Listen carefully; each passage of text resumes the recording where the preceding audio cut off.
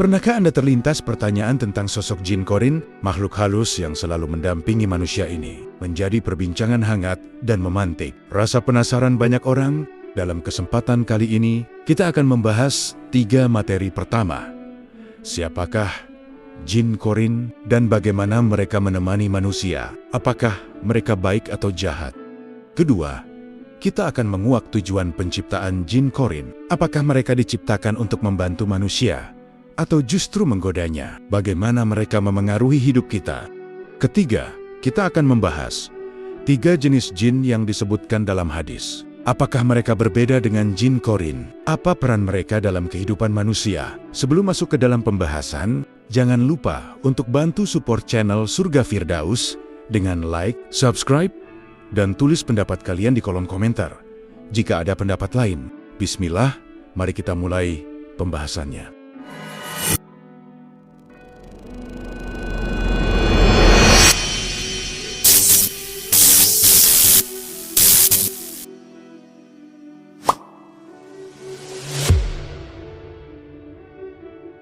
Jin merupakan sosok yang tak kasat mata. Kehadirannya terkadang tak kita hiraukan. Bahkan, kita pun tak menyadari bahwa dalam diri kita terdapat jin yang selalu mendampingi kita. Ialah Qarin, jin pendamping manusia. Selama hidup di dunia, banyak kejadian yang dikisahkan oleh manusia tentang hantu atau roh orang yang sudah meninggal.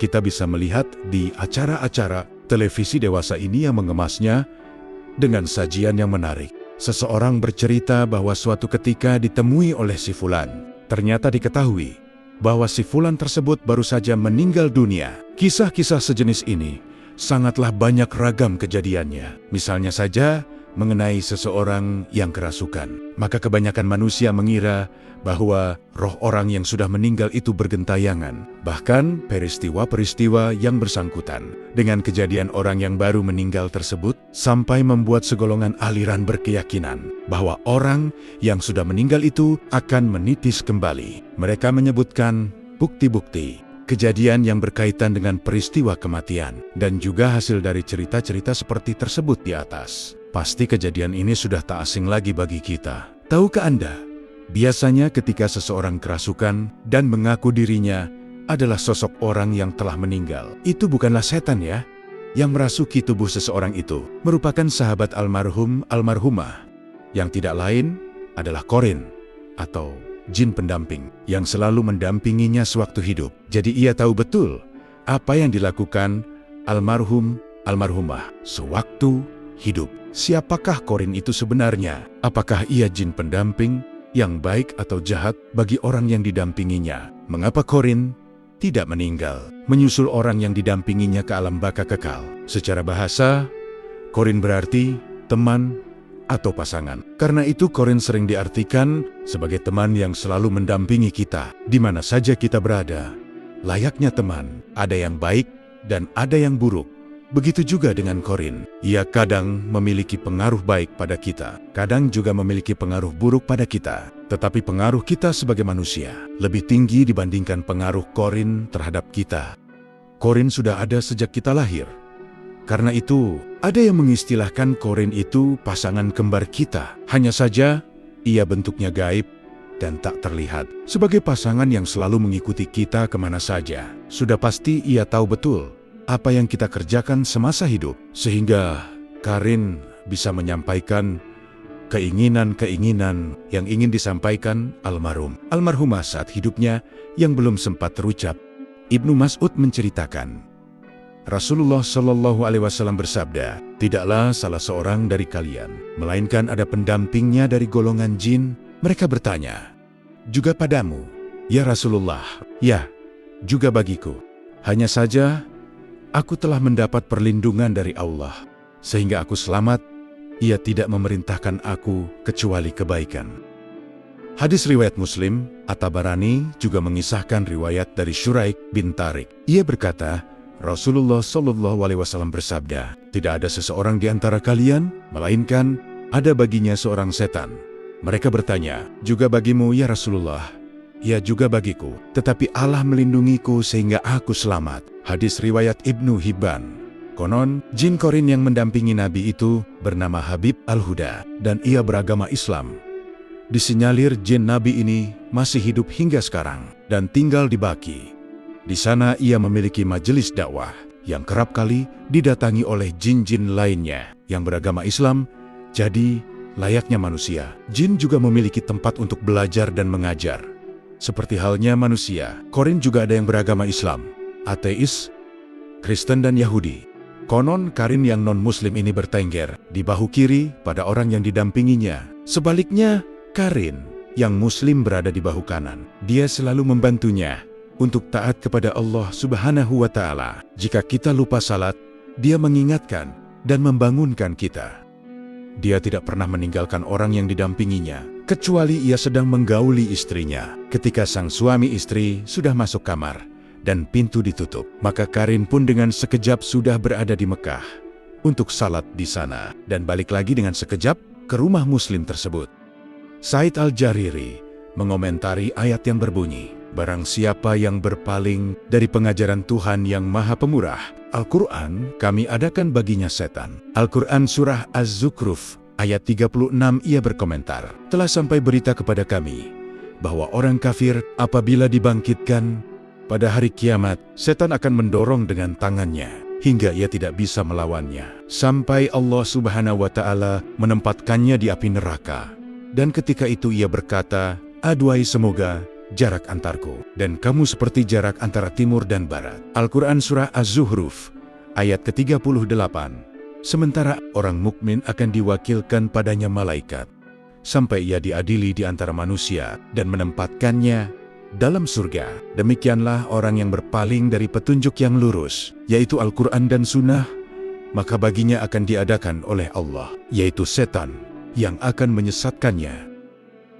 Tidak seperti manusia, Korin tidak dapat mati hingga hari kiamat, sebab ia merupakan bangsa jin. Seperti bangsa jin lainnya, ia pun tidak bisa mati kecuali saat datangnya hari kiamat. Maka dari itu ketika yang didampinginya meninggal, Karin kerap kali menampakkan wujudnya seperti diri orang yang dulu didampinginya. Biasanya Karin itu berperilaku persis seperti orang yang didampinginya.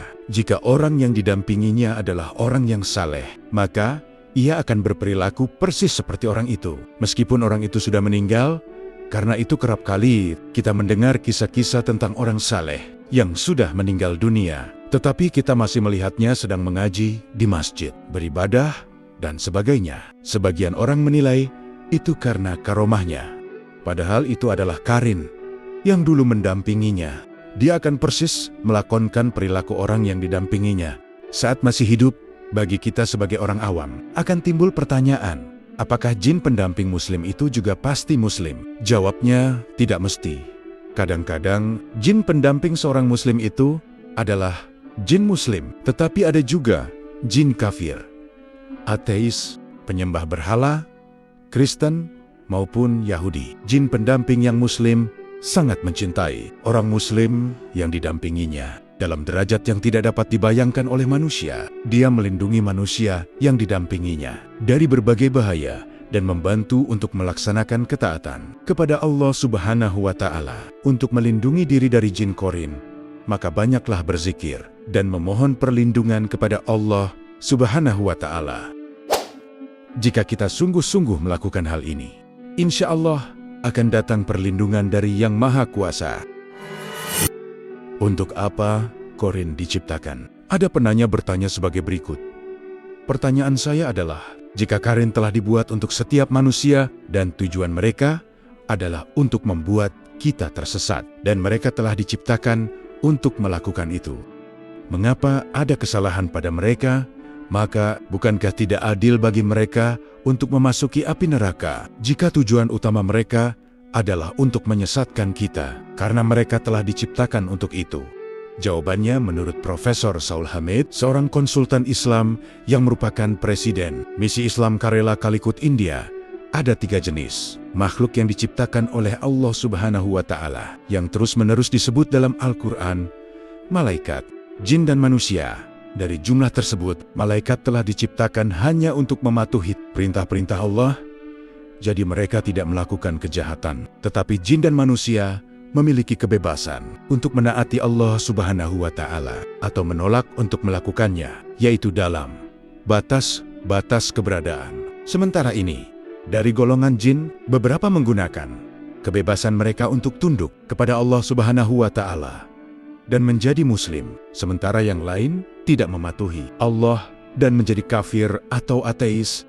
Mirip dengan cara manusia, beberapa memilih untuk mengikuti perintah Allah dan menjadi muslim, dan yang lain melakukan yang sebaliknya dan menjadi kafir. Al-Quran dengan jelas mengatakan bahwa mereka yang tunduk kepada Allah akan diberi hadiah surga di akhirat, dan mereka yang memilih untuk tidak tunduk kepadanya akan dihukum dengan api neraka. Seperti dikatakan di atas, jin juga telah diciptakan dengan kebebasan untuk memilih jalan mereka sendiri, baik atau jahat. Beberapa memilih kejahatan, dan ini disebut sayatin, bentuk jamak dari setan-setan, karena sayatin menyalahgunakan kebebasan mereka untuk memilih jalan kejahatan. Mereka berakhir di neraka. Dari jumlah ini, beberapa dari mereka mengambil ke atas diri mereka tugas mendorong atau membujuk manusia menuju kejahatan dan seorang setan tertentu. Iblis memilih manusia tertentu untuk menjadi teman tetapnya. Seperti setan, disebut korin. Seorang korin bukannya tanpa kebebasan untuk memilih yang baik. Dia bisa membuat pilihan itu atas kehendaknya sendiri. Salah satu hadis yang relevan dengan konteks ini adalah sebagai berikut.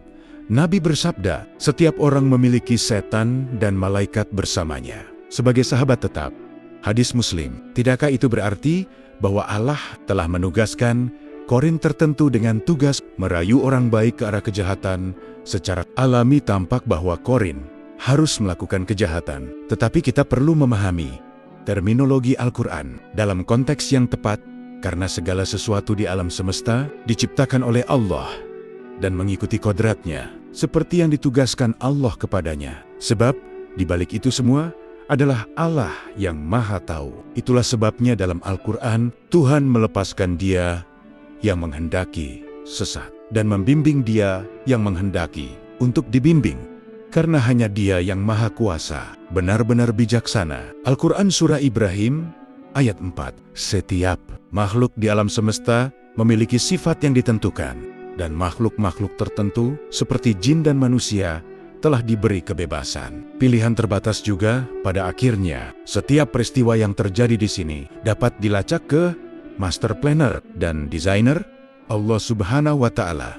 Allah tidak bertindak secara tidak masuk akal. Setiap kejadian terjadi dengan alasan, dan itu mengarah pada konsekuensi yang tak terhindarkan. Menurut kehendak dan rencana Allah Subhanahu wa Ta'ala, sesungguhnya Allah Subhanahu wa Ta'ala tiada segan membuat perumpamaan berupa nyamuk atau yang lebih rendah dari itu. Adapun orang-orang yang beriman, maka mereka yakin bahwa perumpamaan itu benar dari Tuhan mereka. Tetapi mereka yang kafir mengatakan, apakah maksud Allah menjadikan ini untuk perumpamaan? Dengan perumpamaan itu, banyak orang yang disesatkan. Dan dengan perumpamaan itu pula, banyak orang yang diberinya petunjuk. Dan tidak ada yang disesatkan Allah Subhanahu wa Ta'ala, kecuali orang-orang yang fasik. Al-Quran Surah Al-Baqarah, ayat ke-26.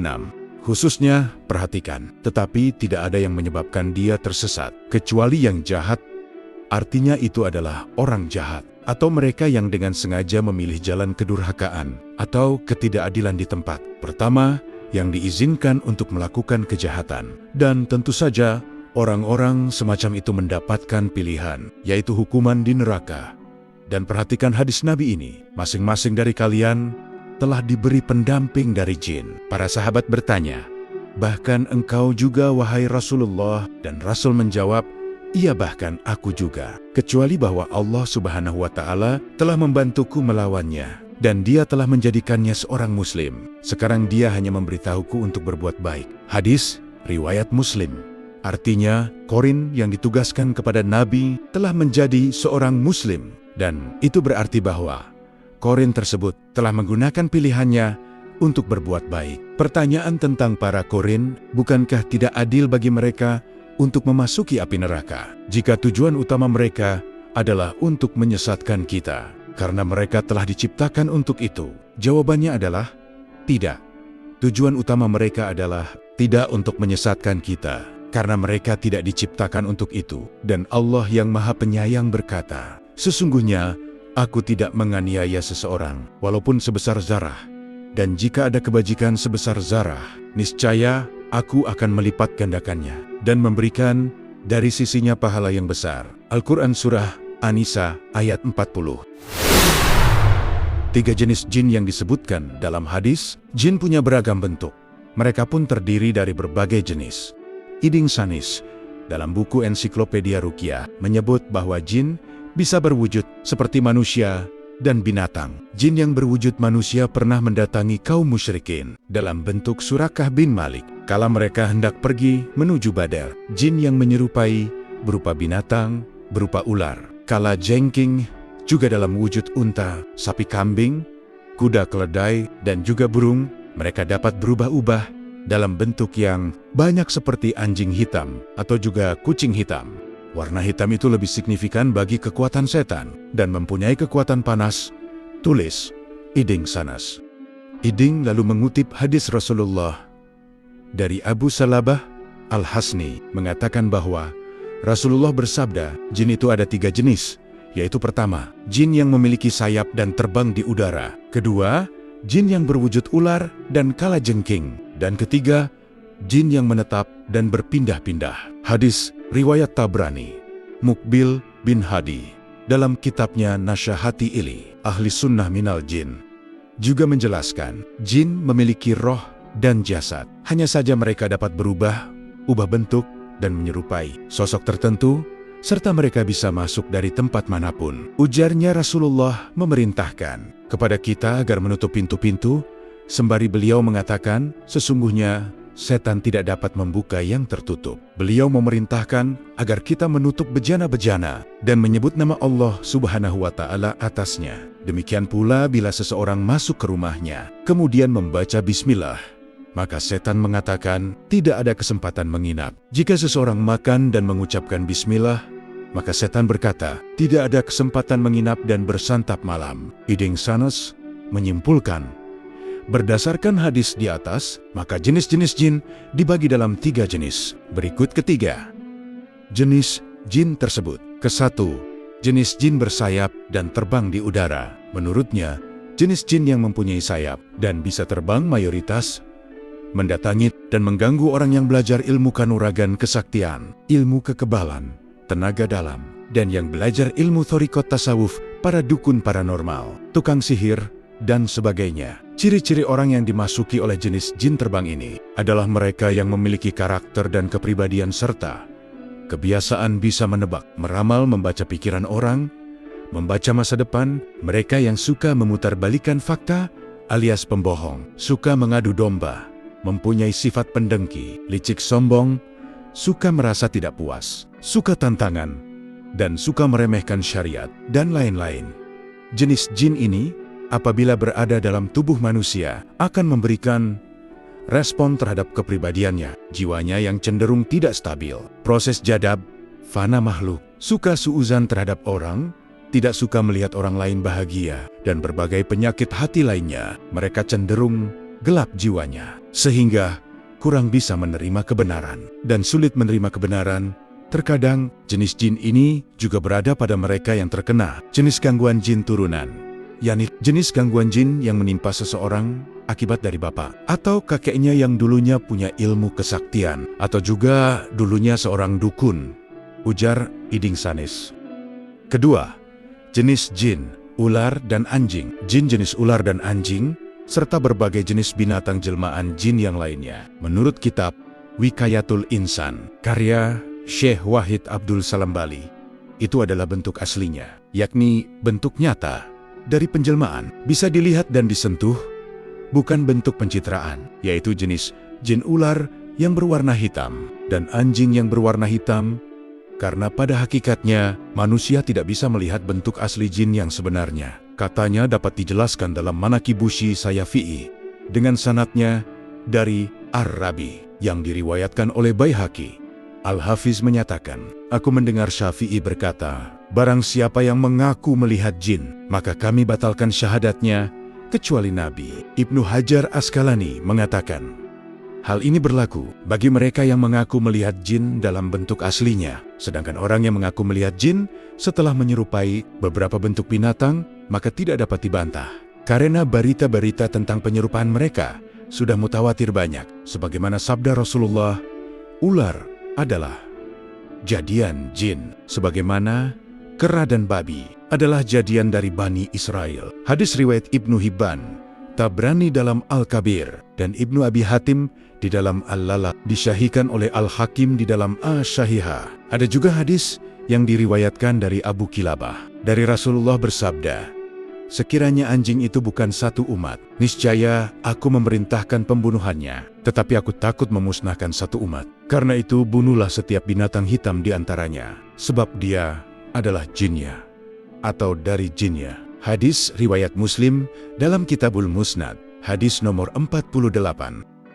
Terdapat juga di dalam Sahih Muslim, hadis dari Abu Dzar, bahwa Rasulullah bersabda, apabila salah seorang di antara kalian berdiri salat, maka hendaklah dia membatasinya dengan sutrah pembatas. Jika di hadapannya ada seperti ekor binatang, jika tidak ada di hadapannya seperti ekor binatang, maka sesungguhnya salatnya bisa batal karena keledai, wanita dan anjing hitam. Saya bertanya, wahai Abu Dzar, mengapalah anjing hitam dibedakan dari anjing merah atau anjing kuning segala?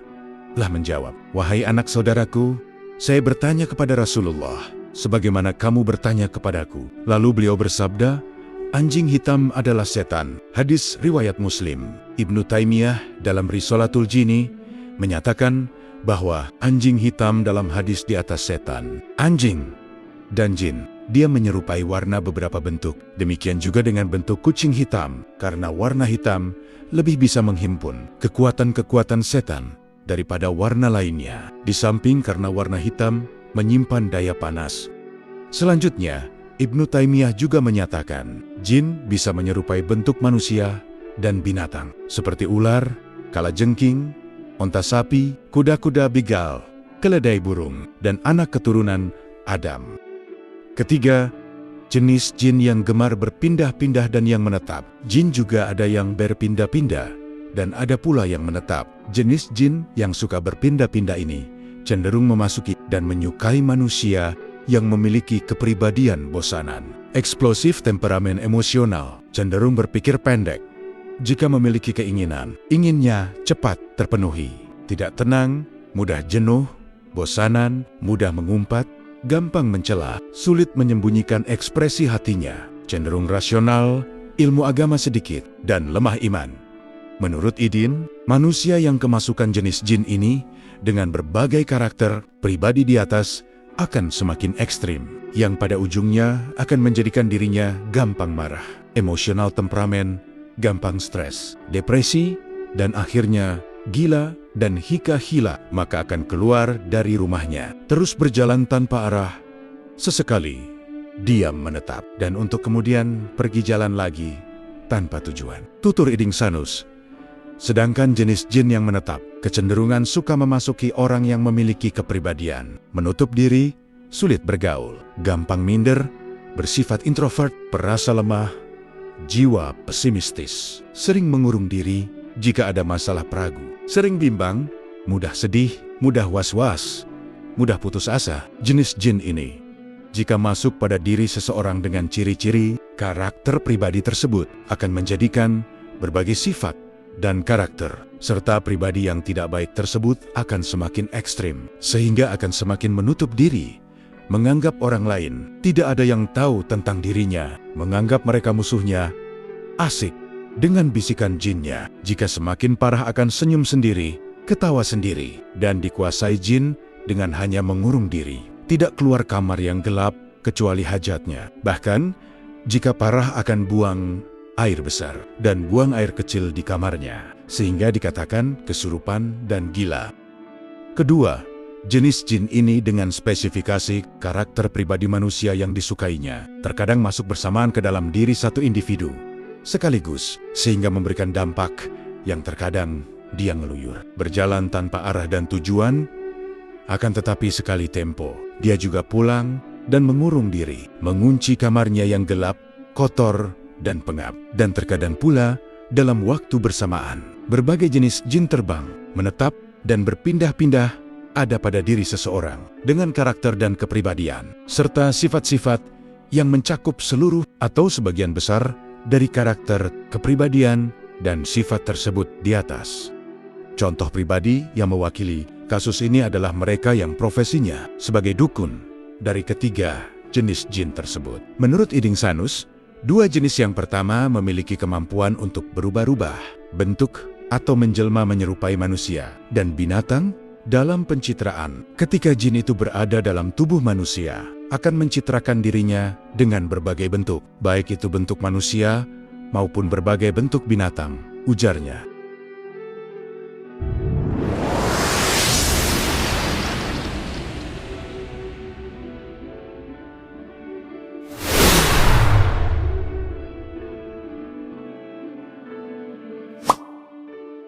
Demikianlah pembahasan kita kali ini. Jika dirasa ada yang kurang paham, dimohon untuk mengulangi video ini, atau di bagian tertentu untuk dipahami kembali. Jangan lupa untuk bantu support channel Surga Firdaus dengan like, subscribe, dan tulis pendapat kalian di kolom komentar tentang pembahasan kita kali ini. Akhir kata, wassalamualaikum warahmatullahi wabarakatuh.